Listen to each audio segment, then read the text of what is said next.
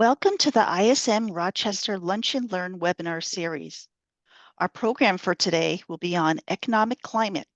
Where are we now and what lies ahead? We would like you to participate in the program, so please put your comments and questions in the chat box, or you can use the Q&A function. We are so pleased to welcome our speaker, Tom Derry, the Chief Executive Officer for the Institute for Supply Management. I'm sure many of you know Tom. I'm just going to read a little bit about his background. Tom has more than 30 years of experience in leadership and general management roles for public and private companies, and in the not-for-profit sector as well. As the CEO, Tom has a unique vantage point to observe major macroeconomic trends and the development of global supply chains through his daily contact with Fortune 500 chief procurement officers, chief supply chain officers, government agencies, and the NGOs in the United States and abroad, and with leading academics, of course. At this point, I'm going to turn the program over to you, Tom. Thank you very much, Kathy. Good afternoon, I think, for most of you on the East Coast, and thank you for inviting me today. I thank my mother for writing that introduction about me every time it's read aloud. One update is I think it's more than 40 years experience at this point now, so we'll have to make that change. I've prepared some slides for you today to walk through where we are currently from a sort of the U.S. perspective on the macro economy, and to talk about some recent history and what that portends for what we can expect in the future, and a little bit of an indication. Well, I don't have my crystal ball with me today, but I'll give you a little bit of a look at what I think we can expect for the second part of 2024. We're almost we're into the last month of the first quarter of 2024 now, so we already have some visibility on there. I'm going to share my screen. Let's see if I can get these. Kathy, you'll let me know if that doesn't display properly. Right now, I'm trying to put that into presentation mode, see if that works. All right, did that work properly? Perfect. Okay, good. All right, here are the four topics I'd like to cover today.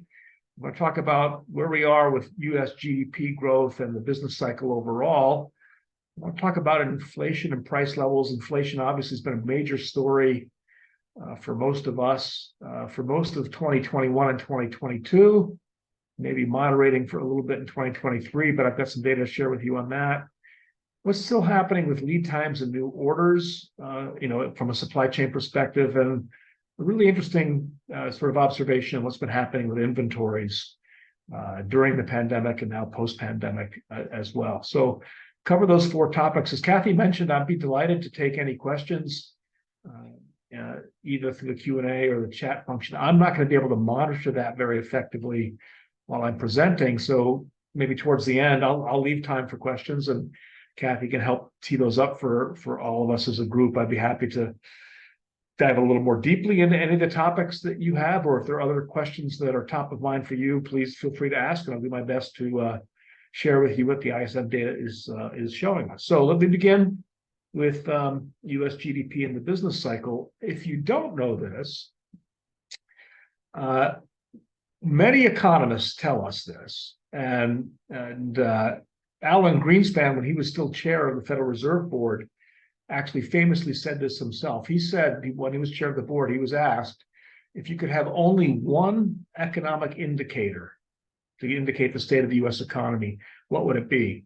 And he said the ISM PMI reports, which is obviously very high praise for ISM, and indicates the degree of influence that we have with policymakers at the Federal Reserve Board, at the White House, and other places, in Congress, among other places, with business people for sure, and with all kinds of other interested parties, including folks on Wall Street, folks in higher education, and so forth. And one of the reasons we enjoy that reputation is, demonstrated by the data that I'm showing on this chart. This is a chart that demonstrates movement in GDP on a quarter-by-quarter basis. That's what the blue line indicates on this chart. And then the manufacturing PMI data is in the orange line, and the services data is in the gray line here. And you can see that they're very tightly correlated over time. So Our composite index for both the manufacturing and the services report, which is the headline number. For instance, the services number came out just about 2 hours ago this morning. Tracks very closely to actual overall GDP performance. The R squared for you statisticians out there is about 0.72, which is very high correlation.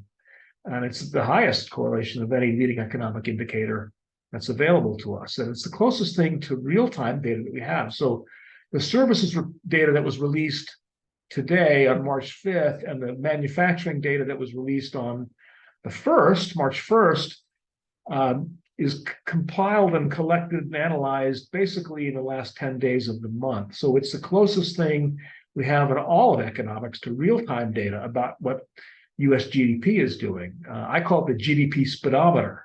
So it's a good indication of how fast is GDP growing or contracting at this point in time, just like the speedometer in your car tells you at that moment in time how fast are you driving, right? You might average 60 miles an hour over the course of a trip, but of course, over the duration of a 4-hour trip, you're sometimes driving faster than 60 miles an hour, you're sometimes driving less than 60 miles an hour. And that's exactly what the ISM data shows. So how does that correlate? What does it tell us right now? So here is a chart that takes both the ISM services data and the manufacturing data. I would encourage you, I do this every time I present this information.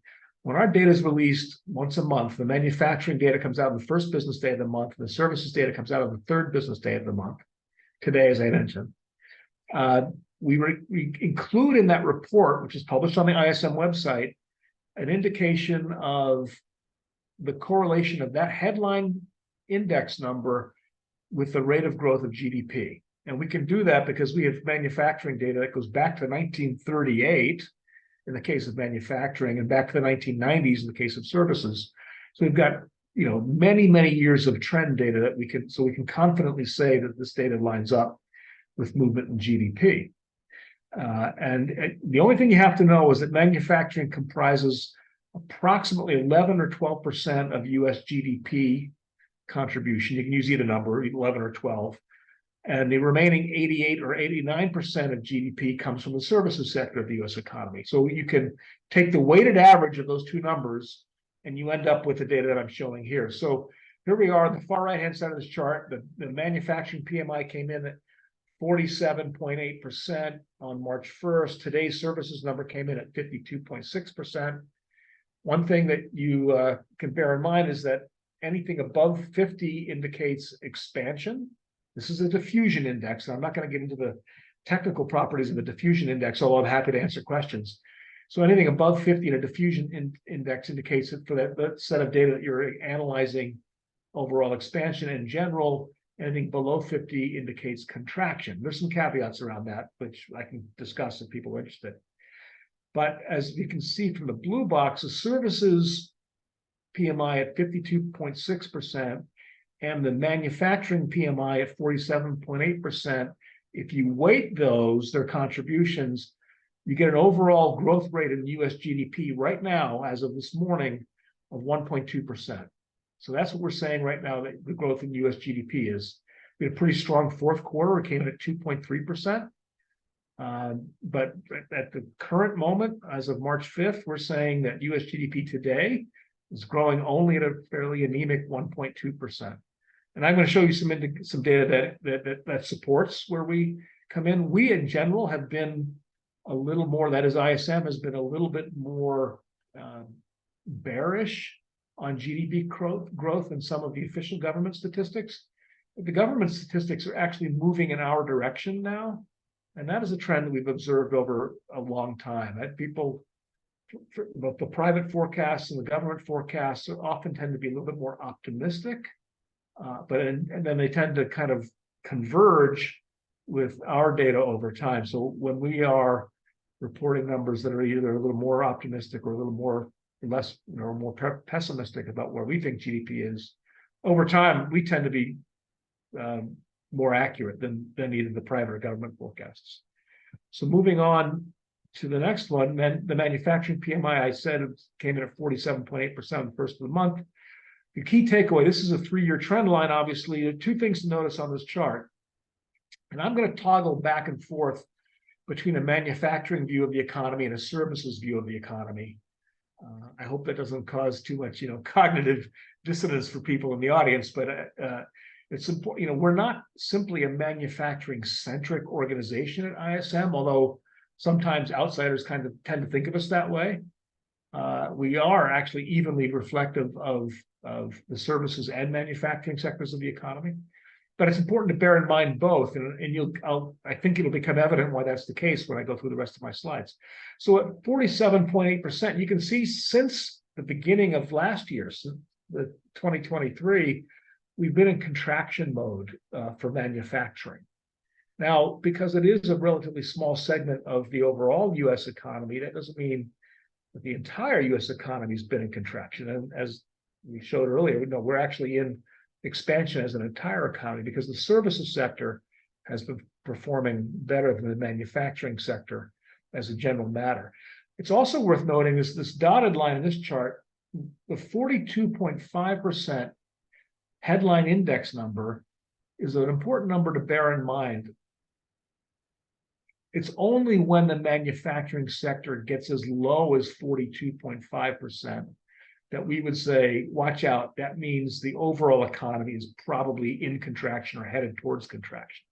Because it has to be a fairly significant move from that 50 break-even line for manufacturing specifically to indicate an overall contraction in the U.S. economy. So at 47.8, what we're saying is manufacturing improving slightly in the recent months, but still in contraction, but not enough to tip the overall economy into contraction. And when you look at the services number, you can see that in contrast to manufacturing, we've stayed above the expansion number for most of the last 3 years. We had an unusual blip in December of 2022, but other than that, we've been above the expansion number for the services side of the economy. And that, because of its overall contribution, has been enough to keep the overall economy in the United States out of contraction. So we've avoided recession over this period of time, thanks to the contribution from the services sector.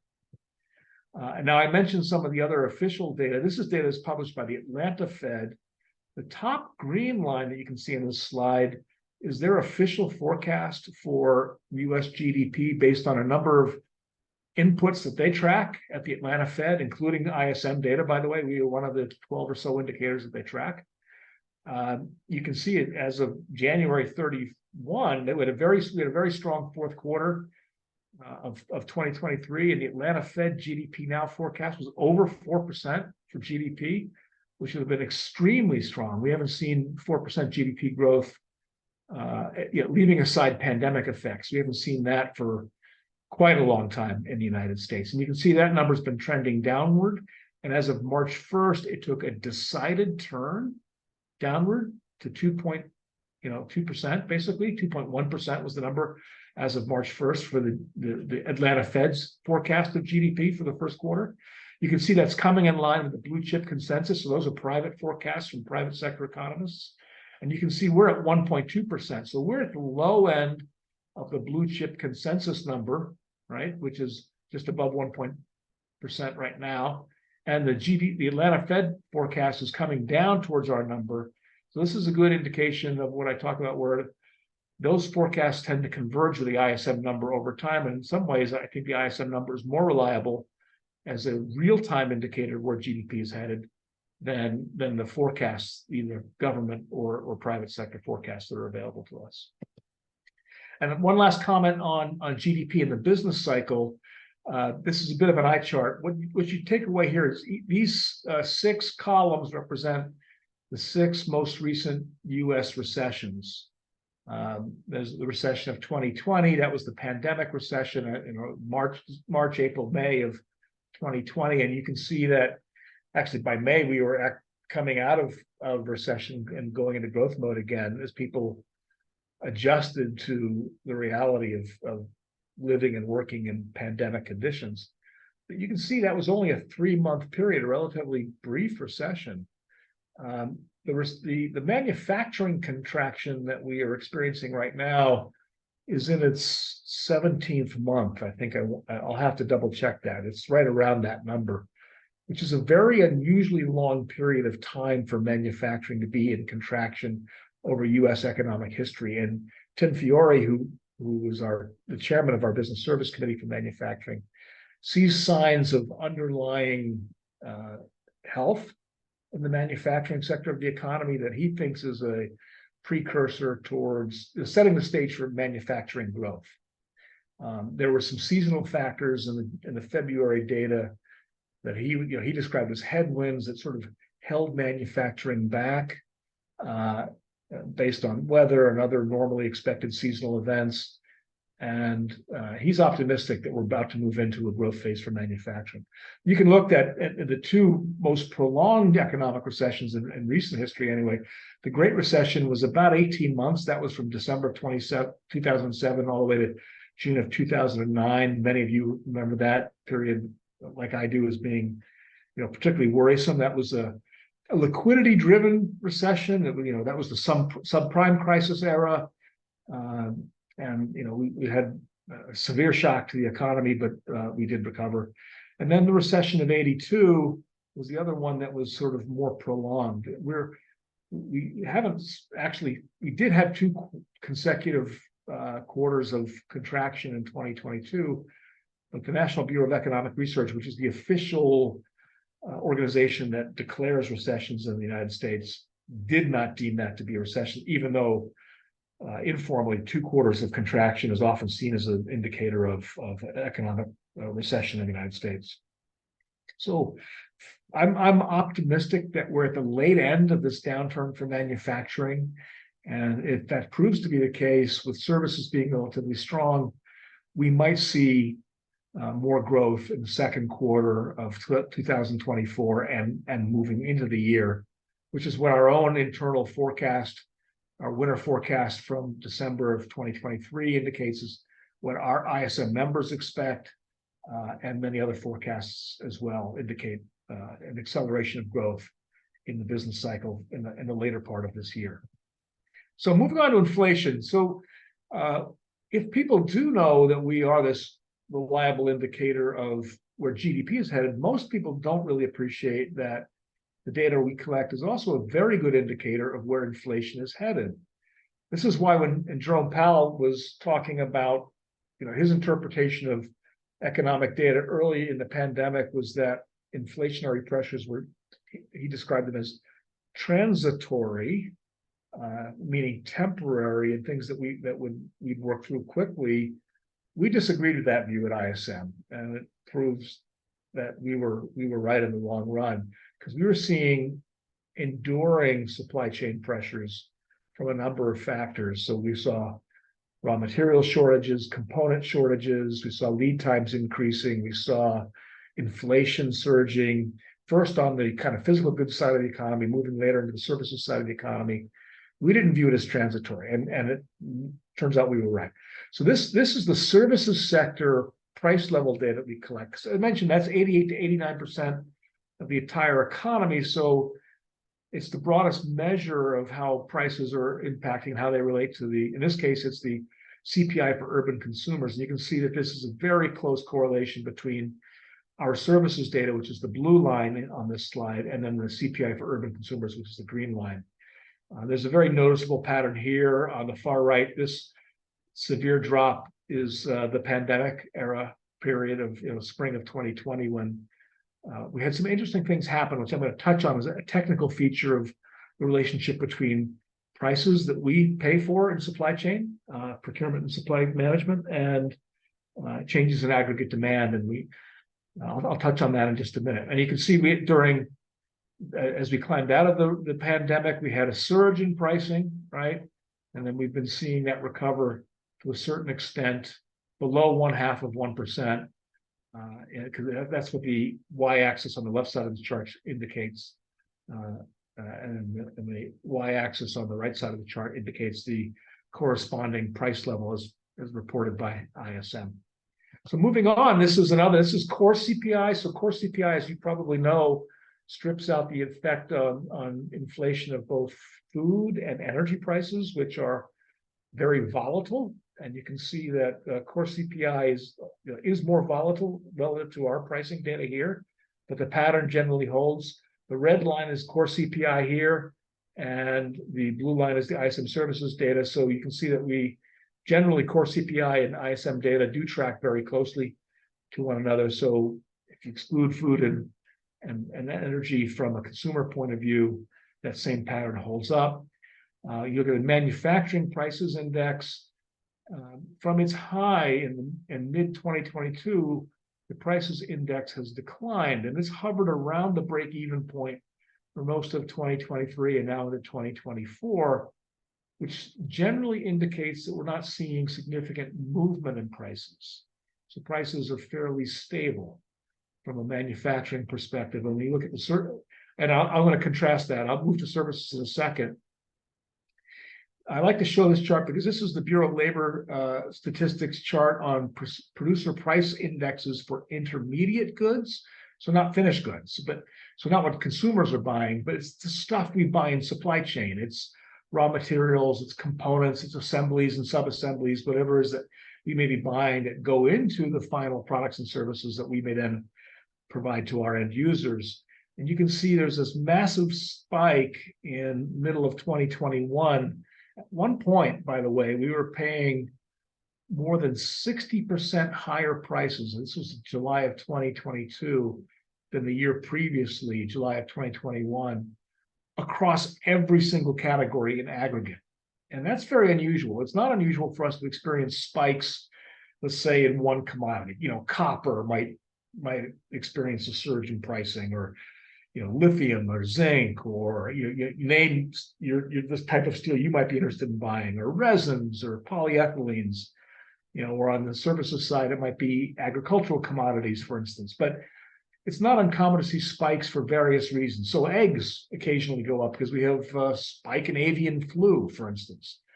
But it's not common for that to be true across every single category. Energy, labor, logistics, every single commodity or raw material that we buy. And when that was happening at a 60% point higher than a year ago, there was no place to hide. You couldn't offset a spike in one area by looking to reduce a cost in another area, which is a very common strategy for businesses, because there was nowhere to hide. So that's why in 2021 and 2022, we were acceptors of inflation-adjusted pricing. We basically didn't contest it when our suppliers came to us and said, we have to charge you more. And we said, yeah, frankly, we get it, and we understand it, and we were accepting those prices.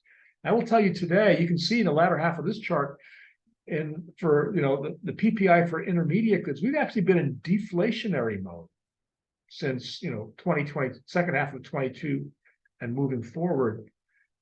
That means we've been clawing back the price increases that we largely agreed to in 2021 and the first half of 2022. I know of one company, I can't disclose it, they actively are going back to, we want not just pre-2020 pricing, we want to go back to 2019 pricing. We agreed to and accepted those price increases when we had to, but now those days are behind us, and we're going back to the price points that we were paying back in 2019, and they've been largely successful, with some exceptions. And one of those exceptions is labor-intensive categories. Labor-intensive categories where we are paying people more than we did pre-pandemic for a variety of reasons. Shortage of qualified labor, just needing to pay our people more so that they can keep up with the cost of consumer-based inflation in the economy.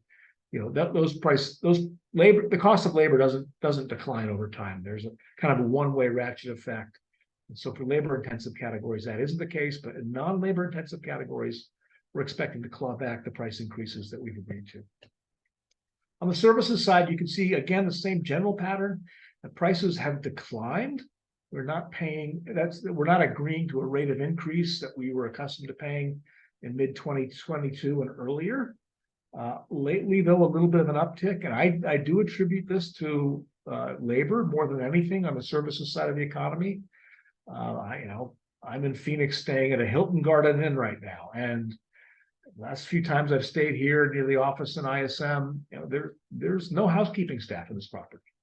They just can't get people to come and fill those kinds of jobs. There's a lot of movement and low skill labor across the economy, and we're having to pay people more to attract and keep those people. So, and the higher levels, the higher skill positions, we're having to pay people more to retain them as well. So that is a change on the services side of the economy that we're still experiencing.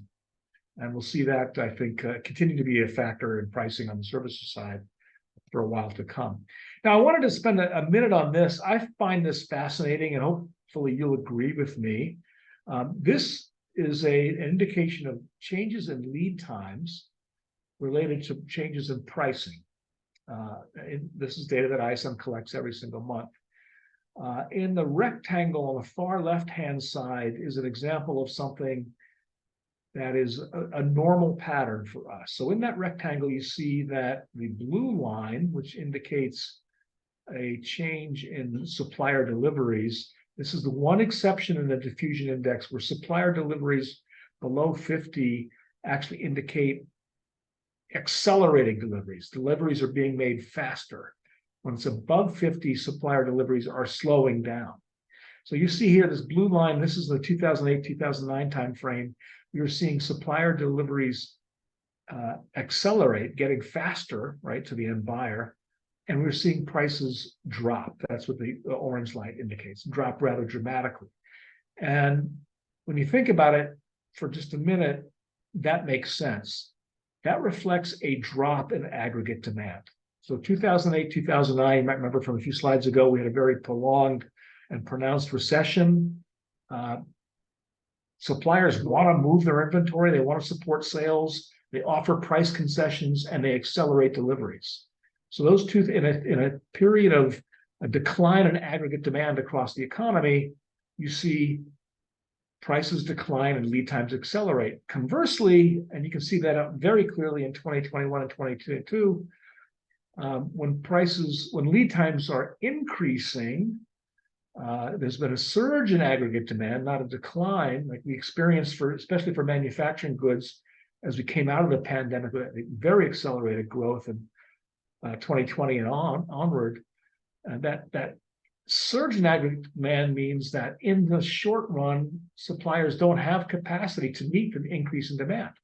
Customers go on allocation, as you all are aware. That means I might get my order, but I'm not going to get all of it, and I'm probably going to get it late as suppliers are trying to accommodate the many requests that they're getting for new orders coming in. So it's very normal in periods of growth in aggregate demand for prices to increase and for lead times to slow down. And then the exception is this very different pattern in 2020. You can see that the blue line indicating changes in lead times and the orange line indicating changes in prices. This is not the normal pattern.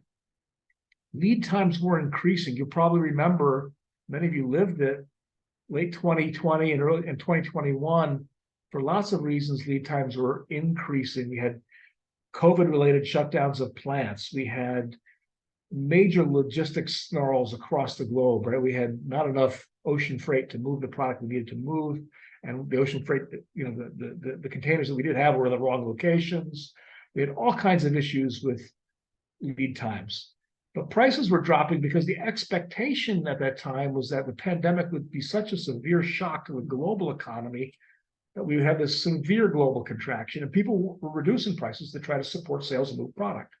So you had prices falling as lead times increased, not the normal pattern. And that's because that was a supply shock to the global economy. We are so conditioned to think about recessions and periods of growth being associated with changes in levels of aggregate demand that we almost forget the supply side of the equation. And that's what we saw very manifest in 2020 and 21. There can be supply shocks to an economy too.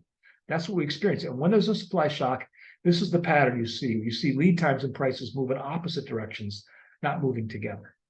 All right, so enough on that point. So manufacturing suppliers deliver, you can see that supplier deliveries began to accelerate, or maybe putting it in a different way, reverse their deceleration, if you want to think of it in that, from the high point in 2022, steadily to, to where we are today. In 2023, we actually saw lead times begin to increase, which has been something we've been reporting for about a year now. And just this month, we ticked up to 50.1. I don't know if I would read too much into moving there. That nominally indicates that lead times are slowing at this point, but what it sort of suggests to me is that lead times are coming back into a normal equilibrium. They were too slow for a long time. They got fairly fast moving into 2023 as we we moved back into balance, and at this point now they are coming into what I would call equilibrium on the manufacturing side of the economy. And the same story on the services side, broadly speaking. Lead times were too long in 2022, began to accelerate and actually get faster in 2023. And as we move into 2024, they're coming into balance again, about where we would normally want them under stable economic conditions. New orders, no surprise there. New orders kind of moving in tandem with that. So new orders were really high in 2022 as people were reacting to not being able to get their product. New orders slowing in 2023 as it was clear that there was. I'm going to talk about inventory separately, but there was an overstocking of inventories for a number of reasons I'm sure you're very familiar with. We had building buffer stock to maintain production. We were moving from so-called just-in-time inventories to so-called just-in-case inventories. 2022 was a year, and the beginning of 2023 was a year marked with kind of this whack-a-mole game where the next disruption in supply was not predictable, and we were maintaining higher levels of inventories to help protect against unexpected shortages and disruptions. And I would argue we're coming into a period of more balance in 2024 than we were in either of the prior 2 years. New orders on the services side is somewhat similar.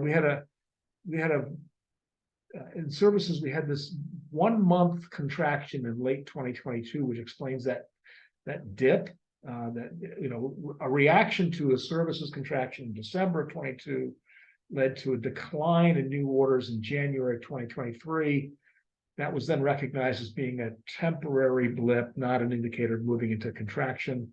And then we moved into the more normal pattern that we've seen, which is a kind of a fairly stable, some movement up and down, but trend line is fairly stable from second quarter of 2023 on into this year, with new orders being consistently on the services side in an expansionary mode.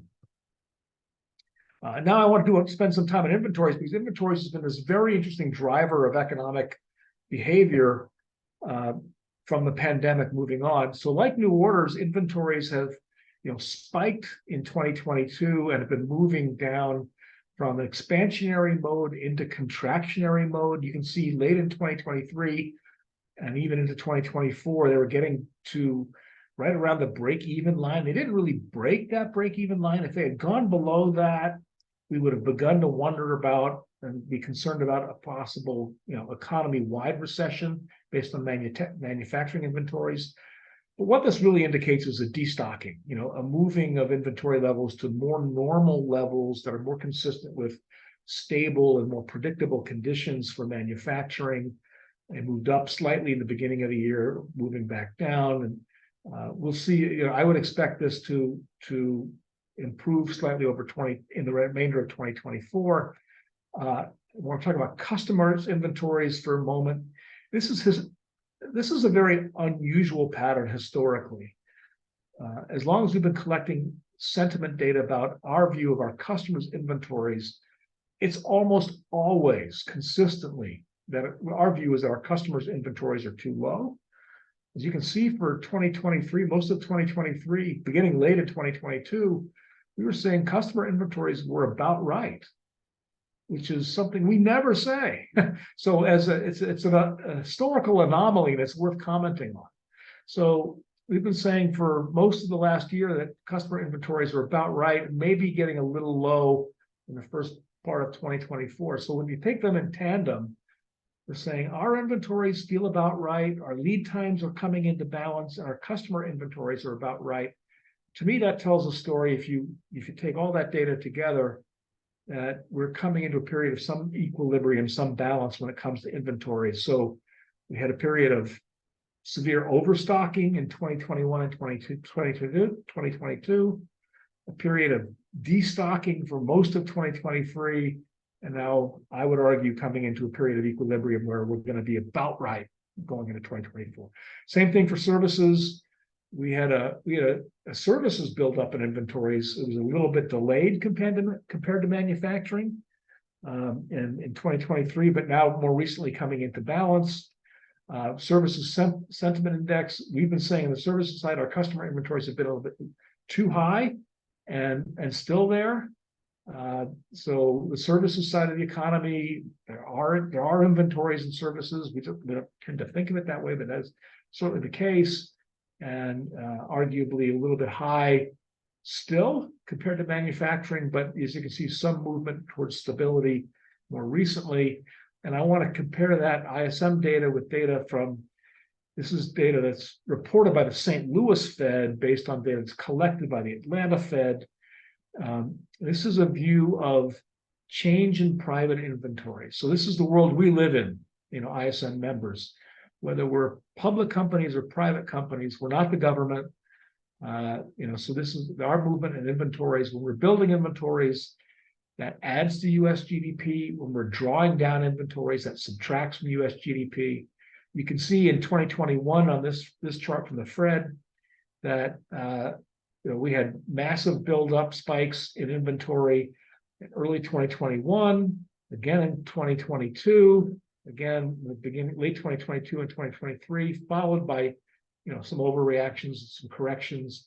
But more recently, we're basically neutral. So this supports my view that inventories are about in balance, which means we're not building inventories that's going to be an accelerator of US GDP, nor are we drawing down inventories in a way that would be a decelerator of US GDP. But Fred would sort of support my view that based on ISM data that we are essentially in balance right now, which is overall a good thing, where we want to be. And I'm going to end my portion of the conversation at this point with just a little plug. You missed it today, but this is something we've begun to do in 2024. On each release day, we have a live, LinkedIn live discussion with Tim Fiore on the first business day of the month, discussing his view of what the manufacturing data means, what it means for the sector, what it means for the overall economy. Today at noon Eastern, we had Tony Nieves, who does the same thing for the services side of the economy. It's a great way in an hour or less to get the interviews are conducted by our Dan Zeiger. He asks very insightful questions, a great way for you to get a real-time indication of what the data means. And I highly recommend that you or members of your team spend 30 minutes once a month looking at the data in detail. As you know, we get a lot of media coverage on the release days. We'll have tons of coverage today for the services sector data, but it usually focuses on just the headline index. And I would recommend that you spend some time looking at the 10 other indexes that we report, 5 of which in each case for manufacturing and for services, we average out to create the overall composite index. The composite index gets all the coverage, but often a more meaningful insight for you as you manage the supply and demand curves for your businesses is actually in some of those sub-indexes. And I would say that, as a last comment, one of the reasons the ISM data has proven over many decades to be so indicative of the state of the US economy is because of what we represent in the economy. When you think about what we do for a living, we literally sit at the intersection of supply and demand curves for our companies. And it's our job, by and large, to manage the upstream demand, upstream demand that we are creating with our own supply base, and align that with the downstream demand that we're trying to meet with our own customers, whether there are end users of our final goods or some intermediate stage in the production process. And since we're actively trying to manage the intersection of those curves, when you aggregate what's happening across the economy, as we're able to do at ISM, it provides us incredibly valuable indication of what's happening in the overall economy. And so we're very privileged at ISM to have this perspective on what's happening and be able to report in real time and to have the influence that we do on the capital markets, on policymakers, and it's something we're very proud of at ISM, we take very seriously. So let me pause there, and Kathy, I'd be glad to take any questions that might come in from the audience and do my best to answer them in any detail that we have. Okay, I don't have any questions in the chat just yet, but if anybody has a question for Tom, now is the time to please put your question out there for Tom. This, whenever you come and you do these presentations, I learn so much from, because I see the reports and sometimes I myself am not sure of, what they actually represent, but I do appreciate you explaining everything. And I was wondering if you were going to mention this as well. And did you want to do one more plug for the conference coming up? Oh, yeah, of course, Kathy, sure. So it's a great opportunity for, not everyone is as geeky about economics as I am, I realize that. but there are a few of us out there.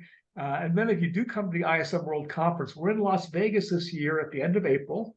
We're about 7 weeks out at this point from the event. If you are considering coming, I highly encourage you, because one of the things you'll be able to hear is Tim and Tony talking about the spring forecast for the remainder of 2024, which is released at the conference. And they'll talk about their view of where the economy is today, the implications for the manufacturing side of the economy, for the services side of the economy. And it's very valuable insight into to help you with thinking about demand planning within your own firms. A great opportunity for you to understand what the outlook is for the economy going forward. So highly encourage you to do that. And yeah, there is a lot of insight. Obviously, as my wife points out to me, supply chain became a household word because of the pandemic. And your average consumer now understands or appreciates much more how we have taken for granted the high performance of supply chains. And there are really significant implications for that. There is clearly both the national security and the economic security implications of how global supply chains have been organized since, from the 1990s to the 1920s, finally came to the front of mind for policymakers in Washington. So for the White House, the Biden White House, which is closely following supply chains, especially in some critical industries from a national security and economic security perspective, famously in semiconductors, famously in pharmaceuticals, but also, for your average consumer who's now realizing that we are heavily dependent. I mean, one statistic that boggles the mind that I think is not widely appreciated. We have a high degree of reliance and dependence on China as an economy. Most people kind of understand that at some level, but maybe not the degree to which this is the case. Now, we have lately really become geopolitical and economic rivals with China. So I'm not making a political comment when I make these observations about the level of interdependency between the two economies, but there are some startling facts. One of them is 80% of active pharmaceutical ingredients. So the stuff that goes into all the medicines that we need to stay healthy in this country, whether it's something you buy over the counter, you get by prescription, you might have delivered at a healthcare facility, by infusion or some other means. 80% of all those active pharmaceutical ingredients come from China. That's an uncomfortable position to be in. If you think about China's ability, if it's so deemed to be in its best interests, to turn off that spigot. And it's not like it hasn't done that before. In the 1990s, here's another statistic that is something to pay attention to.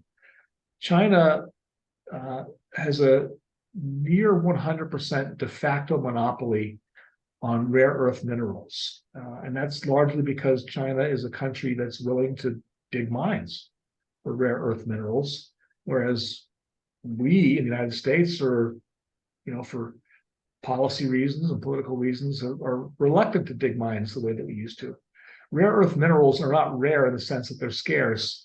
They're rare in the sense of where they appear on the periodic table of elements, but they are required for all the technology that we need, to run the computer that I'm using right now, to run our cell phones, for a lot of sensitive military equipment. And so the fact that China has a near monopoly on rare earth minerals does put us in a potential bind from a national security and an economic security point of view. There's good news in that rare earth minerals are plentiful in places like Wyoming and North Carolina if we want to dig for them. They're plentiful in other countries which are more closely aligned, you could say, with the US on geopolitical issues, places like Peru, for instance. So it's not that we can't obtain them, but we have to be more active in our pursuit of them. And the reason I mention it specifically is in the 1990s, China was unhappy with the prices it was getting on the global market for rare earth minerals. And because it had de facto monopoly power in the market, it imposed export restrictions on rare earth minerals. Some of you may remember this. And in an attempt to drive up the prices of rare earth minerals. And the United States and other countries filed a complaint with the World Trade Organization, and China lost that complaint in the late 1990s and had to reverse those export restrictions. So there's precedent for China to act in what it perceives to be its own economic interest and to manipulate the flow of goods to its own advantage. And, I'm not saying that China would do something foolish or foolhardy in the near term. China is perceived to be a country, and its government is perceived to be one that kind of plays a long game and doesn't want to take short-term steps that dramatically upset the balance of power, but in the long term is working in its own interest, like every country does. And there certainly is that potential for China to take action in a way that could have severe repercussions for the United States economically and militarily.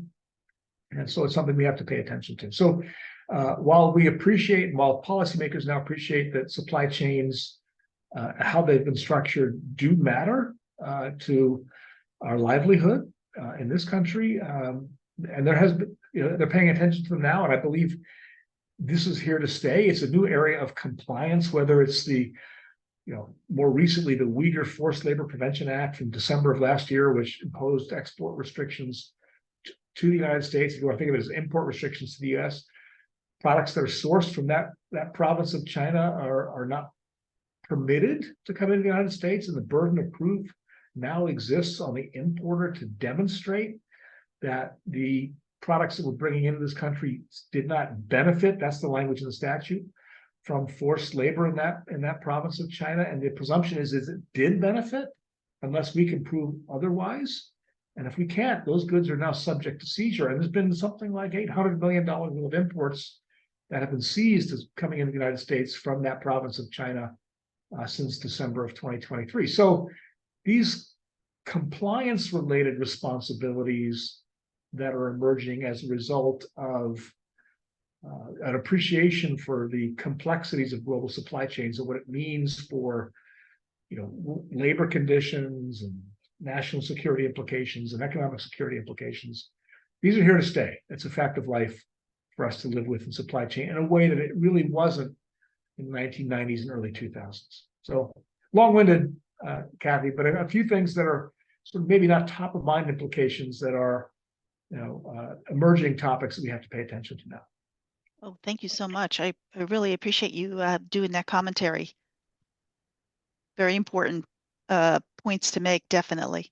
I don't see any questions in the chat or in our Q&A area, but I do want to thank everybody for joining us today. And definitely, Tom, thank you for coming to ISM Rochester and presenting about the economic climate for where we are now. Yeah, there's reason for optimism, I would say, that for 2024, and come through a very turbulent time. But I think things are moving to more stable, more predictable conditions would be my key takeaway. Well, thank you. I do appreciate that too, because when you're hearing everything in the news, sometimes you're not really sure where we really stand sometimes. It's good to have a long-term perspective, isn't it? Yeah. Definitely, definitely. And I like the ideal that I like what you put into the presentation that you had different perspectives, different uh, um, different forecast, I should Yeah, say. it helps corroborate. ISM has a point of view, but it's nice when we can point to other, third parties that tend to align with the way we see things. Definitely, definitely.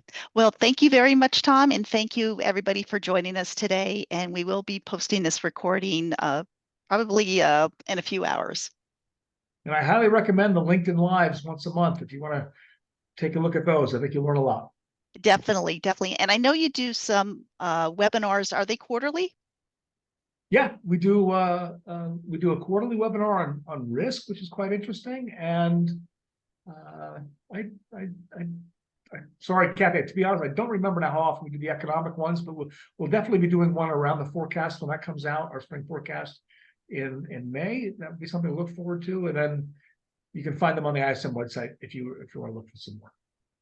Definitely, definitely. They'll always be on the ISM website and on our chapter websites as well. But thank you very much. I'm going to close out the recording at this point, and I want to thank everybody and have a terrific week. Thank you, Kathy.